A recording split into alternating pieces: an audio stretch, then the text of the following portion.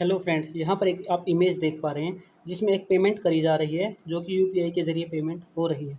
तो यानी कि जब एक बैंक से पैसा कट के दूसरे बैंक में जाता है तो एक सिक्योर सॉफ्टवेयर उसमें यूज़ होता है। तो इस वीडियो में हम उसी कंपनी के बारे में बात करेंगे जो ये सिक्योर सॉफ्टवेयर बनाती है।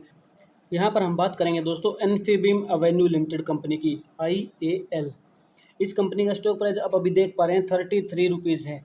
इसने एक स्ट्रीमलाइन ग्रोथ अपने इन्वेस्टर्स को दिखाई है। अगर मैं यहाँ पर बात करूँगा एक दिन की तो 0.48%, 5 डेज में 4%, एक महीने में 11%, 6 महीने में दोबारा से कम रिटर्न यहाँ पर मिला 2%, लेकिन ईयर में 50% और 5 ईयर में यहाँ पे आप देख पा रहे हैं कि 201% का रिटर्न यहाँ पे हमें देखने को मिला है। तो चलिए जानते हैं इस वीडियो में हम सबसे पहला पॉइंट कंपनी क्या करती है, दूसरा यहाँ पे जानने की कोशिश करेंगे कंपनी के ऐसे कोई बड़े प्रोजेक्ट मिले हैं जिसकी वजह से हम ये डिसाइड कर सकेंगे कि आने वाले टाइम में ये कंपनी मल्टीबैग रिटर्न दे पाएगी।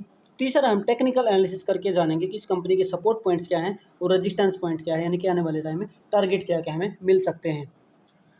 सबसे पहले जैसा कि मैंने वीडियो के स्टार्टिंग में ही एक एग्जांपल के जरिए आपको बता दिया था, IAL कंपनी जो है वो सॉफ्टवेयर डेवलपमेंट सर्विस प्रोवाइड कराती है, उसके बाद उनको मेंटेन करती है। वेब डेवलपमेंट की सर्विस है, payment gateway services and e commerce services भी इस कंपनी के अंडर में आती हैं। अब बात करेंगे क्वार्टरली रिजल्ट्स की, क्योंकि हमारे लिए नंबर्स देखना बहुत ज़रूरी है। कंपनी अगर अच्छे नंबर्स लाके देगी तो FII DII दौड़े दौड़े इसमें इन्वेस्ट करने आएंगे और कंपनी की ग्रोथ अपने आप ही मल्टीबैग रिटर्न देने वाली हो जाएगी। तो यहाँ पे आप देखोगे तो कंपनी की सेल सबसे पहले देखते हैं, तो जून में भी देखेंगे ईयर टू ईयर, और यहाँ पे लास्ट के क्वार्टर के कंपेरिजन भी हम कंपेयर करेंगे। तो यहाँ पे आप देखेंगे तो ईयर टू ईयर बेस पे भी बढ़ी है और क्वार्टर टू क्वार्टर बेस पे भी सेल बढ़ी है।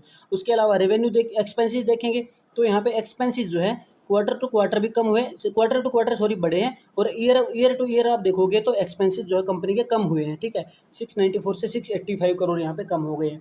उसके बाद अगर आप एबिटा देखोगे तो एबिटा कंपनी का बड़ा है। यहाँ पे आप एबिटा देखोगे तो ठीक है, कंपनी का एबिटा बड़ा है। अब हम बात करें नेट प्रॉफिट की, तो नेट प्रॉफिट भी आप देखोगे तो 25 करोड़ से 70 करोड़ हो गया, जो कि बहुत ही बड़ा जंप हमें देखने को मिल रहा है ईयर टू ईयर। और उससे पहले देखेंगे तो 23 से 25 करोड़ हुआ है, उससे पहले 13 से 23 करोड़ हुआ है अगर आप ईयर टू ईयर देखोगे। तो यानी कि कंपनी ने एक अच्छे नंबर्स हमें दिए हैं, तो इस स्टॉक को नज़र में रखना बहुत ज़रूरी हो गया है, क्योंकि कंपनी के नंबर्स भी अच्छे मिले हैं, प्रोजेक्ट भी कंपनी के अच्छे हैं, फोकस जो कर रही है, यानी कि करंट में हमारे लिए जो मेन प्रॉब्लम आ सकती है वो AI है, और उसी पे जो ये कंपनी फोकस कर रही है। अब मैं इसको अगर वीकली करूँगा तो आप देखोगे तो वीकली में आपको एकदम आराम से चीज़ें समझ में आ जाएंगी।